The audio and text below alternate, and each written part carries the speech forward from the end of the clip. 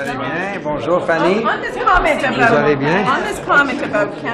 Pardon, Fanny? Que pensez des commentaires à propos du fait que M. Trump, au souper auquel vous étiez présent, aurait dit que le Canada pourrait devenir le 50e État? Lors d'un souper de 3 heures à une résidence, un long fin de semaine de l'Action de grâce américaine, c'est sûr qu'il y avait des moments de blagues. Le président a compté des blagues, le premier ministre a répondu. C'était quand même une soirée sociale. On a pu discuter des enjeux sérieux, c'est sûr. On a discuté les frontières, le commerce entre le Canada et les États-Unis. Mais le fait que la relation est cordiale, chaleureuse, qu'on a pu compter des blagues lors d'un souper de 3 heures est quand même positif.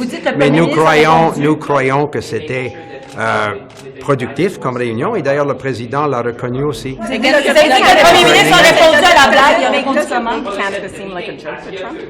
Not at all. Not at all. That was not the context at all. In a three-hour social evening at the president's residence in Florida on a long weekend of American Thanksgiving. The conversation was going to be lighthearted. The president was telling jokes. The president was teasing us. It was, of course, on that issue, in no way a serious comment. We had a discussion on trade issues, on border security that was very productive. But the fact that there's a warm, cordial relationship between the two leaders and the president is able to joke like that, for us was a positive thing. What exactly did he say? But we don't have a transcript. No, if you look carefully at the picture, nobody had pads or were taking notes. It was a social evening. It wasn't a meeting in a boardroom with 10 bureaucrats keeping notes. It was a social evening. And there were moments where it was entertaining and funny, and there were moments where we were able to do, we think, some good work for Canada. Merci beaucoup. Then why would the government meet with the opposition leaders to talk about what's happening in Canada and the United States? Why is the benefit of such a meeting? We are working on the basis of a Team Canada approach. It is important for elected officials of all stripes, business leaders, union leaders, Canadians in general, to present that Team Canada unified front going forward. And that's exactly what we are striving to do every day. That was the basis of the Prime Minister Trudeau's meeting with President Trump on Friday night, and that's what we will continue to put forward. That's our best. Can the Treasury Est-ce que vous pensez, M. Trump, qui propose au Canada de devenir le 51e État? Bien, je pense que le Canada et les États-Unis ont une relation économique très intégrée, mais d'être là à aller jusque-là, je ne pense pas que ça ne prend ça au sérieux. Mais qu'est-ce que ça dit, madame, qu'est-ce que ça dit sur la teneur des discussions? Est-ce que ça démontre que M. Trump n'a pas beaucoup de respect pour le Canada ou M. Trudeau? Non, je pense qu'au contraire, je pense que, d'un, c'est M. Trump qui a invité M. Trudeau à aller souper. Hein? Je pense que ça démontre l'intérêt de vouloir discuter avec le Canada sur l'avenir de cet accord. Moi, je vois ça de mon œil. Mais la remarque... Don't you think it's an indication that this will be a very difficult relationship with a president who doesn't take Canada seriously? I don't think he doesn't take Canada seriously. I think he does, and that's why he invited Trudeau to have a dinner with him. Now, I think we're going to have probably tough conversations, but I think there are going to be good conversations to have in the next few years. Si un tarif de 25% irait jusqu'à tuer l'économie canadienne, comme ce qui est rapporté? Tout le monde sait qu'un tarif comme celui-là serait très, très dommageable pour l'économie canadienne et le serait aussi pour l'économie américaine. Et c'est pour ça que cette conversation-là va prendre du temps. Il ne faut pas être en panique, il faut être dans une façon, je te dirais, rassurante aussi, qu'on aura des conversations à avoir, puis arriver avec une entente qui va être bénéfique pour les deux pays. Merci. Bonjour, M. Champagne. Il y a des intervenants au Québec qui disent que le gouvernement fédéral a été lent. Oui, excusez-moi. Ben oui, je vais parler plus fort. Il y a des intervenants au Québec, dont des maires, qui disent un maire en particulier, qui dit que Ottawa a tardé à agir pour aider Lyon Électrique. Il y a un fonds fédéral qui ne s'est pas déployé assez rapidement et qu'Ottawa doit porter un peu le fardeau de ça. Qu'est-ce que vous en pensez? Bien, d'abord, ce qui compte de dire, c'est que Lyon, ça fait partie, c'est un des joyaux de l'électrification des transports au Québec. On est allé à toutes les étapes, du développement jusqu'à la mise en service de plusieurs de ces autobus-là. Mais ce qui compte de dire, c'est qu'aujourd'hui, avec le programme fédéral, on pourrait avoir un carnet de commandes de plusieurs centaines d'autobus électriques. Alors ça, c'est intéressant pour assurer la pérennité à long terme. L'enjeu qu'on a présentement avec la compagnie, moi j'ai été en discussion avec le PDG, c'est vraiment la question des liquidités. Et c'est là qu'on travaille avec le gouvernement du Québec. Mais sur la question à savoir, avez-vous été lent à agir? Est-ce que vous admettez ça? Moi, je dirais, écoutez, quand on est au fait des choses, vous savez, moi, je parle avec mes collègues de Québec depuis plusieurs mois sur cette question-là. Je pense que l'enjeu aujourd'hui, c'est les liquidités, mais ce qui est intéressant, c'est que le programme fédéral, justement, va permettre d'avoir un carnet de commandes sur plusieurs années. Parce que ça, c'est intéressant, parce que l'idée, il y a le court terme et il y a le long terme. Sur le long terme, on veut que Lion Électrique joue un rôle non seulement au Québec, au Canada, mais en Amérique du Nord. Alors, c'est pour ça que je vous dis que je pense que ceux qui sont au fait de la situation, demandez au PDG, vous direz, écoutez, le programme fédéral va nous assurer la pérennité à long terme, c'est ce qu'on veut. À court terme, c'est une question d'équité. Quelque chose que vous pouvez faire à court terme? C'est ça qu'on parle avec le gouvernement du Québec sur la question des liquidités à court terme, mais ce qu'on veut, évidemment, c'est la pérennité à long terme. C'est là-dessus qu'on travaille. Comme je vous dis, le programme fédéral, nous, on fait notre part parce que ce programme-là va assurer des commandes de plusieurs centaines d'autobus dans le futur. Alors, c'est ça qu'on est en train de mettre de l'avant. Un prêt, c'est ça? Mais il y a des discussions avec... Vous savez, j'ai été en contact avec le PDG, on est en contact avec les banques, avec le gouvernement du Québec. On comprend que l'enjeu à court terme, c'est les liquidités, mais notre part à nous, c'est de pouvoir assurer un carnet de commandes sur le futur. Puis c'est exactement là où on fait notre contribution, puis on a fait l'effort. I'm proud to be Canadian. I think as all Canadians. That's a very difficult relationship is coming forward with the Trump administration. I would see that differently. I mean, I've said many times, and you've seen the recent announcement, for example, China limiting the export of critical minerals to the United States. I think more and more our American friends will see Canada as the strategic supplier of choice, whether it's about semiconductors, whether it's about critical minerals, whether it's about energy. I think Canada today, I mean, one thing that we have made clear that our friends down south understand is the integrated nature of our supply chain. And I would say today economic security is national security. So the things that you've said this morning, where China decided to restrict the export of critical minerals to the United States in key sectors, including in defense, just highlight the fact how Canada is essential for the prosperity and the integrated supply chain that we find in the North. You say our American friends understand that, but he's proposing 25% tariffs. He's Listen, our sovereignty. one thing that you should take note is that Prime Minister Trudeau was the first leader of the G7 to be hosted by President Trump. I think that is really significant. That is a testament to the strategic nature of our relationship.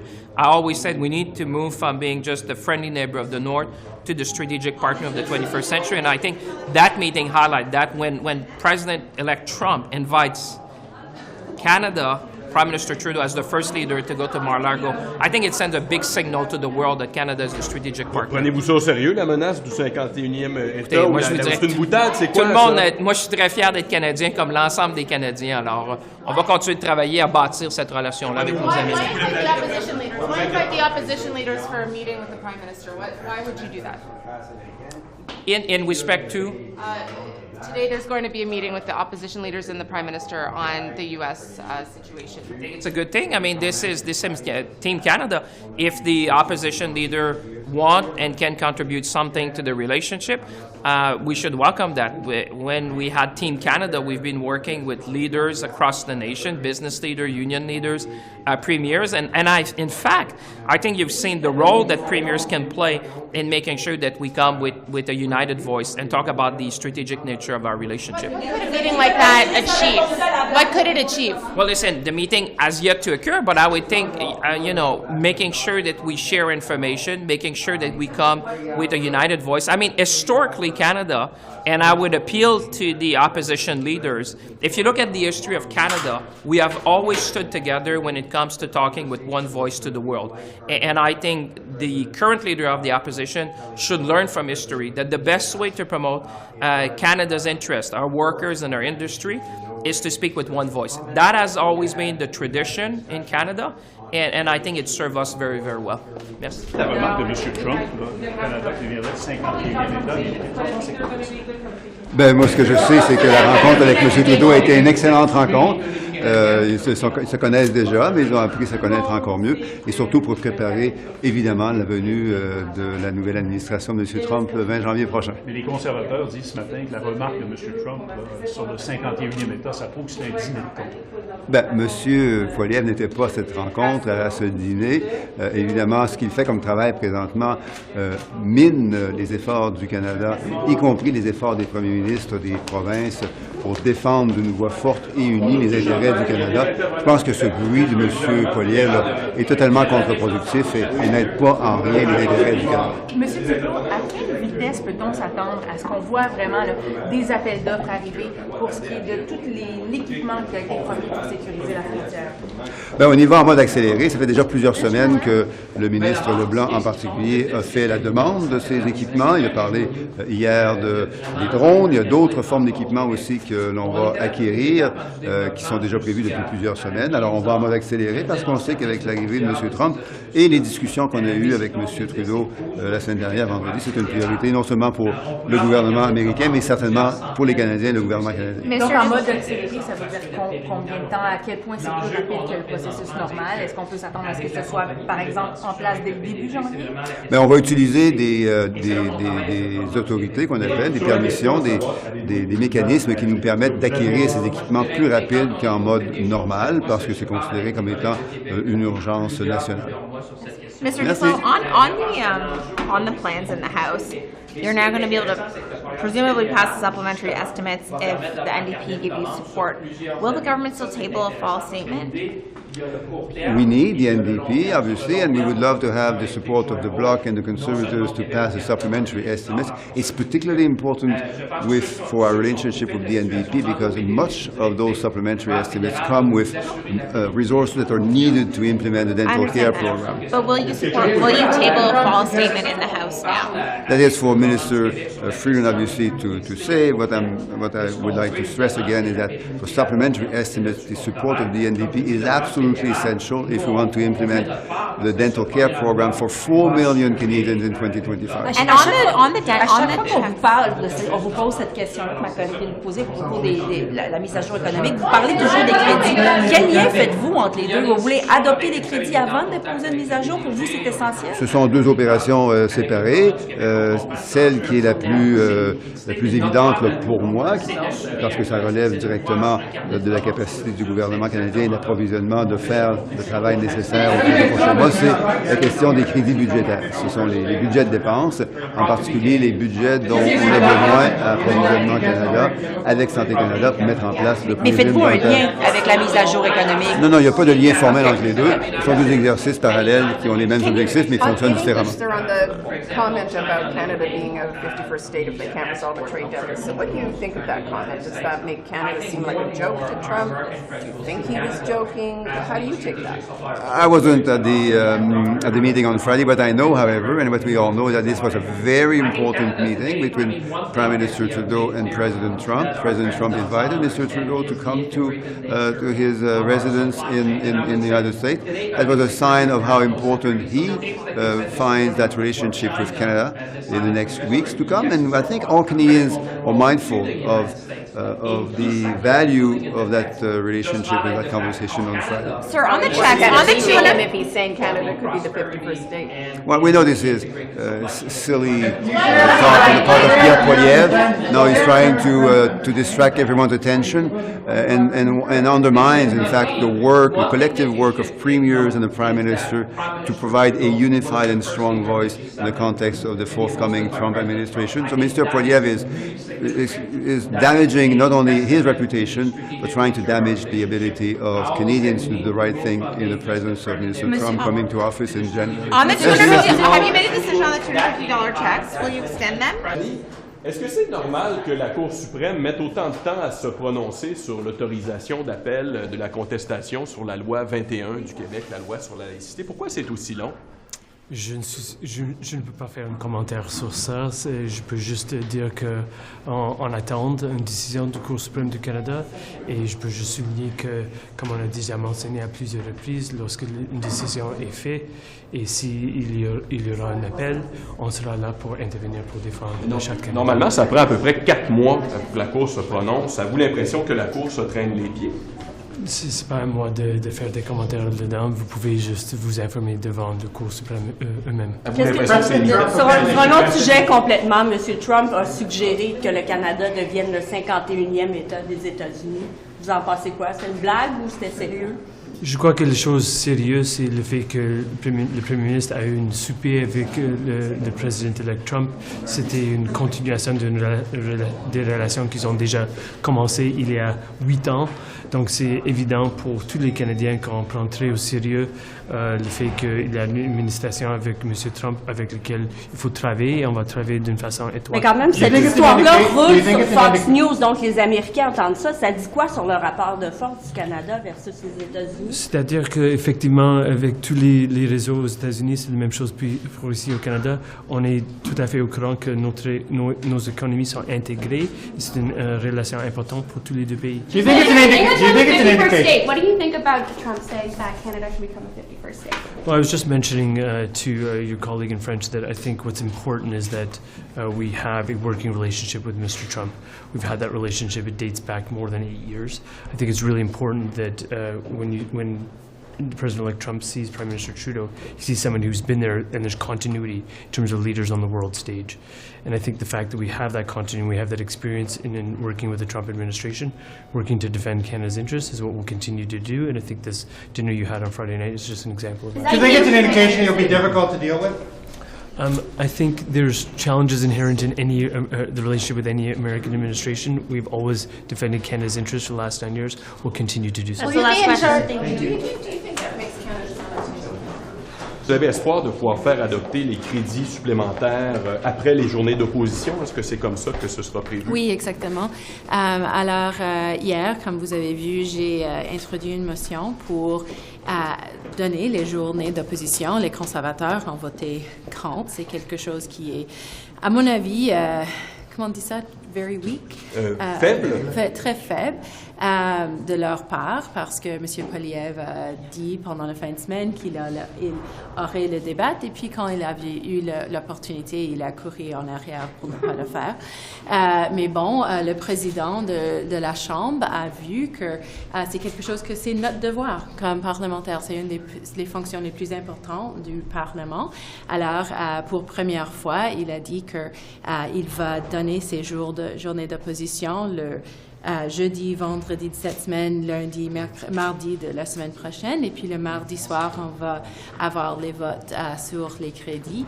Alors ça, c'est quelque chose qui est extrêmement important. Et malgré les efforts les plus ridicules des conservateurs, on va avancer avec le devoir important du Parlement. Give us an overview in English. Sure. So as you saw yesterday morning, I attempted to move a motion that would allot the final opposition days for this session, because Parliament's primary function, is to grant supply, to allow the government to spend money. And despite the Conservatives voting against that, and the fact that Mr. Poilievre on the weekend had tweeted out that he was going to bring forward a motion of non-confidence when I gave him the opportunity to do that, he ran away, which, to me is quite weak. That's weak leadership, in my opinion, of Mr. Poilievre. But, that's where we are, and that's who he is. He's very good about saying one thing and doing the opposite. But because we attempted to do that, and because this is Parliament's primary function, the Speaker of the House has actually allotted those final supply days, those opposition days, for Thursday and Friday of this week, as well as Monday and Tuesday of next week. And then on Tuesday evening, we will begin voting on the estimates. And this is something that is, foundational to the work of Parliament. And so despite the ridiculous games that the Conservatives have been playing in their attempt to really obstruct the important work of parliamentarians that we do on behalf of Canadians, we are going to get this work done, and we are going to be able to Quelle garantie avez-vous que ce sera des votes de confiance? Quelle garantie avez-vous que le NPD ou un autre parti va voter avec vous pour vous maintenir au pouvoir? Bon, on n'a pas des garanties, mais ce que je peux dire, c'est qu'il y a des choses importantes dans les crédits pour les Canadiens et il y a des choses qui sont importantes pour les autres partis, comme la continuation du programme dentaire pour les Canadiens. Et je sais que pour le plus de 1 million de Canadiens qui ont pu aller chez le dentiste pour faire des premières fois dans des années, c'est quelque chose qui est extrêmement vous avez le NPD, parce que vous parlez des crédits, mais les autres journées d'opposition aussi qui seront des votes de confiance. Avez-vous le NPD? On ne pourrait pas arriver au crédit si on ne passe pas les autres journées de confiance. Alors, si l'NPD veut que il y aura plus d'argent pour le programme dentaire, on doit dépasser ces journées de confiance pour arriver au Minister, can you clarify on the filibuster? Do we return to the filibuster after Tuesday's votes on supply? Yes, correct. Okay. So, this is something, again, I mean, the Conservatives will pretty much just say anything but the truth here because, when they were talking about why they opposed the motion to move forward with opposition days, they said because we were trying to pull a fast one.